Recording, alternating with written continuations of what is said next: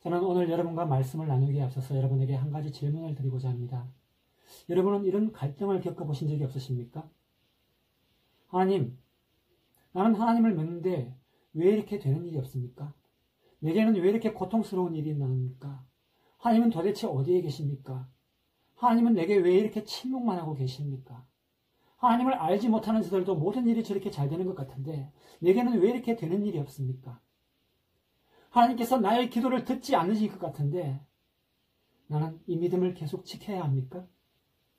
하나님이 나를 잊어버리신 것 같은데 나는 여전히 하나님을 의지해야 합니까?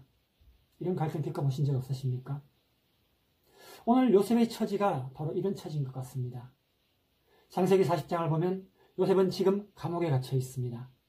그는 떡 맡은 관리와 술 맡은 관리의 꿈을 해석해주고 그 꿈이 해석대로 되면 자신을 기억해 달라고 부탁했습니다. 그런데 그 결과가 무엇입니까?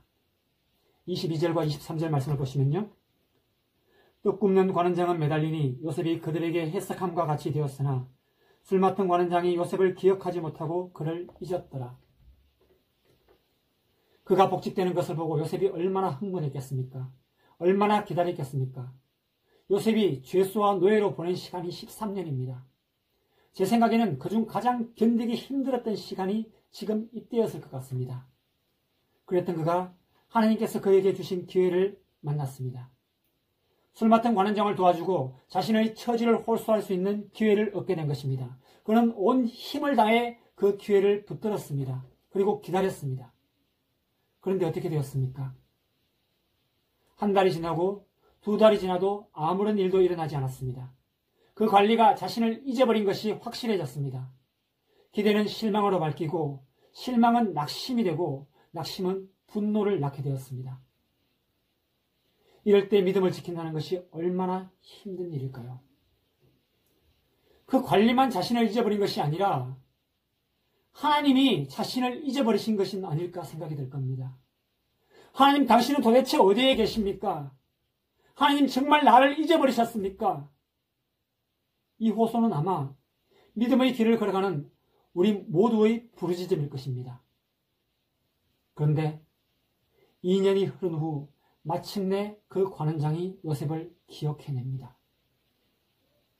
만약 요셉이 2년 전에 누명을 벗고 그가 감옥을 나왔다면 그는 다시금 노예의 생활을 해야 했을 것입니다.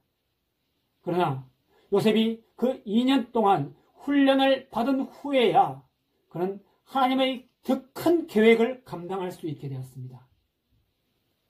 보십시오. 하나님은 절대 당신의 자녀를 잊어버리지 않으십니다. 포기하지 아니하십니다. 억울한 일을 당하고 내 자신의 선행이 기억되지 아니하고 진실이 규명될 가능성이 보이지 않는 삶의 한복판을 내가 살아간다 할지라도 결코 좌절하거나 실망하지 마십시오. 불공평, 불평등, 박탈감, 외로움이 내게 닥쳐진다 할지라도 실망하지 마십시오. 하나님은 결코 여러분을 그냥 버려두지 아니하십니다. 하나님은 결코 여러분을 잊어버리지 아니하십니다. 우리의 눈에 보이지 않는 그곳에서 짧지 않으신 하나님의 손길이 완벽하게 우리를 향해 있다는 것을 믿고 기억하십시오.